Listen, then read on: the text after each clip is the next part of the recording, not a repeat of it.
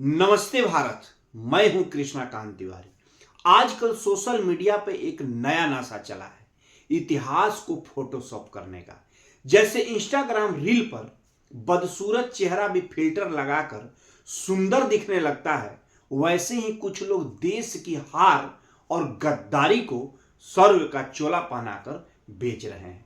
आज बात करेंगे उन नीले कबूतरों की जो 1 जनवरी को ऐसे झूमते हैं जैसे उन्होंने अंग्रेजों को भगाया था, जबकि हकीकत यह है कि उस दिन इन्होंने अंग्रेजों के जूते पॉलिश करने वाली फौज का हिस्सा बनकर अपनों पर ही गोलियां चलवाई थी। अब जरा सोचिए, वतन की आबरू बेचकर जो खुद को सुरवीर बताते हैं वो असल में कायर हैं जो अंग्रेजों के तलवे चाटते हैं।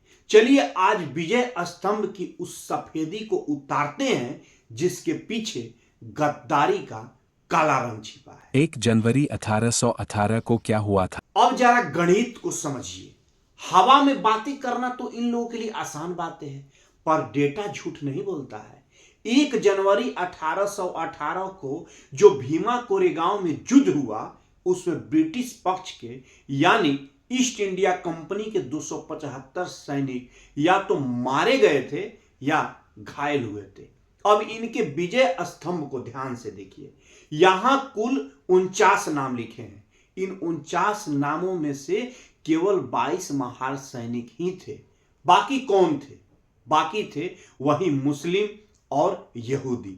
यानी कि ये सिर्फ महार युद्ध था ही नहीं, बल्कि ये तो अंग्रेजों की एक मिक्स भेज पलटन थी।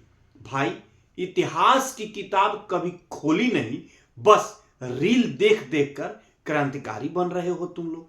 22 महार सैनिकों के नाम पर पूरी कौम की जीत बता देना वैसे ही मार्केटिंग है जैसे 5 रुपए वाले चिप्स के पैकेट पे 90% हवा भरा रहता है और 10% ही चिप्स होता है।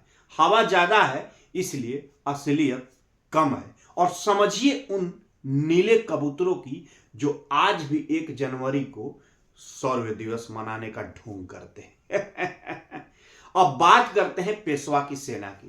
पेशवा की ओर से 500 से 600 सैनिक हताहत हुए थे। इन दोनों युद्धों में एक कॉमन चीज ये था कि पेशवा के तरफ से तलवार और सिर्फ तीर कमान से युद्ध लड़ा जा रहा था, जबकि अंग्रेजों की तरफ से तोप और बंदूकें थी। इसलिए हताहत इस साइड ज्यादा हुई थी। लेकिन इन सब में ट्विस्ट क्या है? उस सेना में लड़ने वाले ज्यादातर अरब सैनिक थे। कोरेगांव में जो 50-100 मिले वो अरबों के ही थे।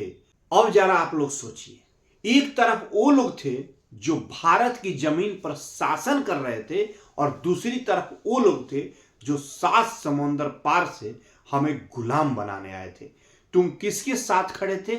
उस यूनियन जैक के साथ जिसने अगले 150 साल तक तुम्हारे ही बच्चों को भूखा मारा। इनकी लॉजिक तो देखो। ये लोग कहते हैं कि अंग्रेजों ने हमें बंदूक दी। अरे भाई, बंदूक तुम्हें प्यार में नहीं दी थी, तुम्हें टारगेट की तरह इस्तेमाल करने के लिए दी थी। जैसे मालिक कुकुर को बिस्किट डालता है तो कुकुर को लगता है कि वो शिकार जीत गया। तुम्हारी हालत भी वैसे ही थी जो भीमा कोरेगांव में हुआ था। तर्क दिया जाता है कि पेशवाओं ने हमारा अपमान किया, इसलिए हम अंग्रेजों के साथ चले गए। भाई साहब, ये लॉजिक तो ऐसा है कि जैसे पड़ोसी से झगड़ा हुआ तो आपने घर के अंदर डकैत घुसा दिए कि लो भाई पूरा लूट लो सामान, बस मेरे पड़ोसी को 2 थापड़ मार देना। पागला सब कहीं का। पेशवा से नाराजगी थी, मान लिया, पर क्या उस नाराजगी का इलाज देश की गुलामी थी? अगर सर में दर्द हो तो कोई सर नहीं कटवाता भाई, दवा लेता है। तुमने तो पूरा सर ही फिरंगियों के थाली में सजा कर दे दिया और कह रहे हो कि देखो मेरा दर्द ठीक हो गया। और इसे वीरता नहीं, दोगलापंथी कहते हैं। अंग्रेजों ने तुम्हें योद्धा नहीं माना था, उन्होंने तुम्हें सिर्फ कैनन फोडर यानी तोप का चारा समझा था। जब तक काम निकले तब तक बंदूक थमाई और जैसे ही काम खत्म हुआ 1857 के बाद तुम्हें सेना से बाहर का रास्ता दिखा दिया। अपना इतिहास पढ़ो। तुम लोग के लिए क्या शानदार सम्मान था बे। इतना तो समझो कि तुम लोग के लिए सेना बनकर यूज करवाए और 1857 में तुम्हारे पिछवाड़ा पे 2 लात मार के भगा दिए। इस झूठे इतिहास का परिणाम क्या हुआ? 1 जनवरी 2018 को पुणे में जो हिंसा हुई उसमें एक बेगुनाह युवक की जान गई। ये जो नफरत का जहर आज घोला जा रहा है उसकी जड़ें इसी गद्दारी के जश्न में है। एक तरफ कहते हो कि हमें बराबरी चाहिए और दूसरी तरफ उन गोरों की जीत का जश्न मनाते हो जिन्होंने पूरी दुनिया को नक्सलवाद सिखाया। ये तो वही बात हुई कि हमें न्याय चाहिए इसलिए हम यमराज के भैंस चुराएंगे। पागल कहीं के। आजकल के ये नीले कबूतर 1 जनवरी को ऐसे तैयार होते हैं जैसे अंग्रेजों ने इन्हें अपनी वसीयत में पूरा लंदन लिख दिया हो। अरे भाई, तुम्हारे पूर्वजों को उन्होंने सिर्फ नौकर की वर्दी दी थी, राज तो वही कर रहे थे और आज भी तुम मानते हो कि हम विजेता थे। तुम अंग्रेजों के साथ हुए युद्ध को जश्न मनाते हो जबकि तुम भगत सिंह के साथ फोटो नहीं लगाओगे। तुम उधम सिंह को याद नहीं करोगे क्योंकि वो अंग्रेजों को मार रहे थे। तुम उन लोगों का जश्न मनाओगे जिन्होंने अंग्रेजों से सैलरी लेकर अपने ही भाइयों का सीना छलनी किया था।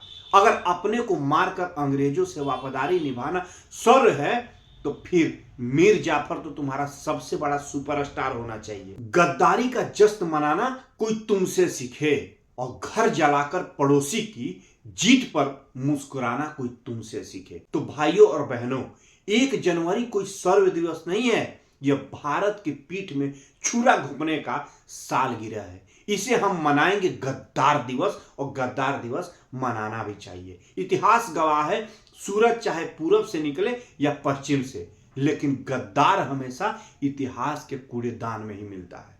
1 जनवरी तुम्हारे लिए शौर्य होगा पर एक सच्चे भारतीय के लिए यह गद्दार दिवस ही रहेगा। राष्ट्र सर्वोपरि होता है। जो देश के दुश्मनों का हाथ थामे वो गद्दार है, चाहे वो किसी भी समुदाय का हो। इतिहास को फिल्टर हटाकर देखिए, तभी समझ आएगा कि आप किसका गौरवगान कर रहे हैं। तो मेरे प्यारे देशवासियों, अगर आपको लगता है कि इतिहास के नाम पर आपको बेवकूफ बनाया गया है तो इस वीडियो को शेयर करिए।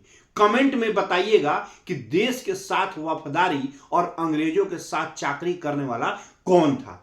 जय हिंद और वंदे मातरम से कमेंट बॉक्स भर जाना चाहिए और बताइए कि 1 जनवरी सर्व दिवस नहीं बल्कि गद्दार दिवस है। जय हिंद।